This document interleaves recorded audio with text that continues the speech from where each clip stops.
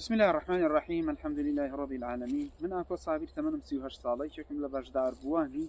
كل بيسكرني هادقال لأواد أكاديميا براسي أواد أكاديميا كومل تكنيكي فيري من كر كومل اشتي فيري من كر كوا قران كاري قورو رونو برچاو لخو ما ببين من لسرتاي دس بيكني كلك لماوي 2 ساعات ونيو أمتواني لا فريتي فران لبركم ولا بيريش من شوية بەڵام الحمد لله ئێستا ئەتوانم لە ماوەی کەمتر لە 5 قولە 3 بۆ 5 قولە ئەتوانم لاپەڕەیەکی قورئان کە 15 دێڕە لەبەری بکەم و پێشتر لە ماوەی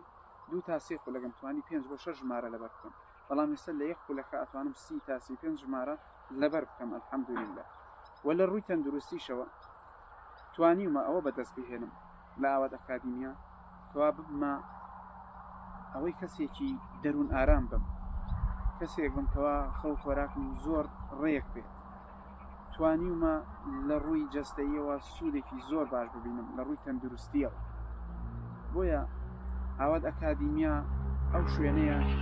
کەوا ئەوەی کە تۆ ئەتەوێت ئەوەی کە تۆ خولیاتە لە ڕووی یادگەوە بەدەستی بێنی بەڕاستی زۆر لە حەز و لای خۆ زیاتر بەدەست ئەهێنێ بۆیە ئاواد ئەکادیمیا جیاوازە ئەتۆش ئەگەر ئەتەوێت لەسەر ئاستی خێزانەکەت یاخود کۆمەڵگاکەت یاخود وڵاتەکە جیاواز بی ئەوە بەشداری بکە لە خولەکانی ئاواد ئەکادیمیا بەڵام پاشان دەبێ هەوڵ و ماندووبوونێکی زۆری خۆشتی لەگەڵدا بێت و ئەو شتانی کەوا لەوێ پێت ئەوترێ بە جوانی بەڕێک و پێکی جێبەجێیان بکەیت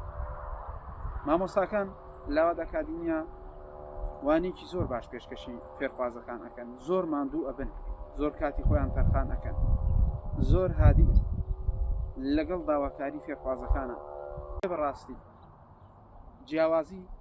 ئینسان لە کۆمەڵگادا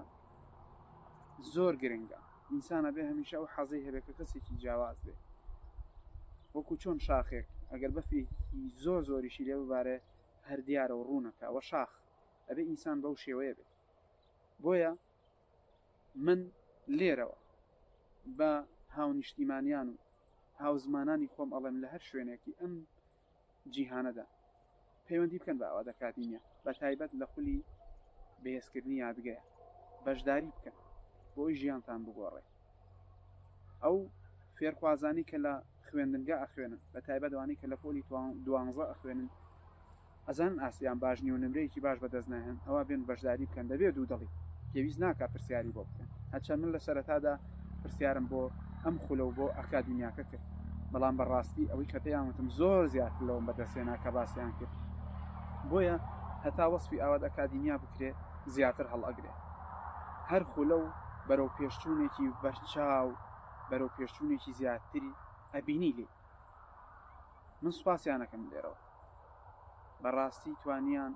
گۆڕانکاریێکی گەورە لە ژیانی منا بکەن. السلام عليكم ورحمة الله.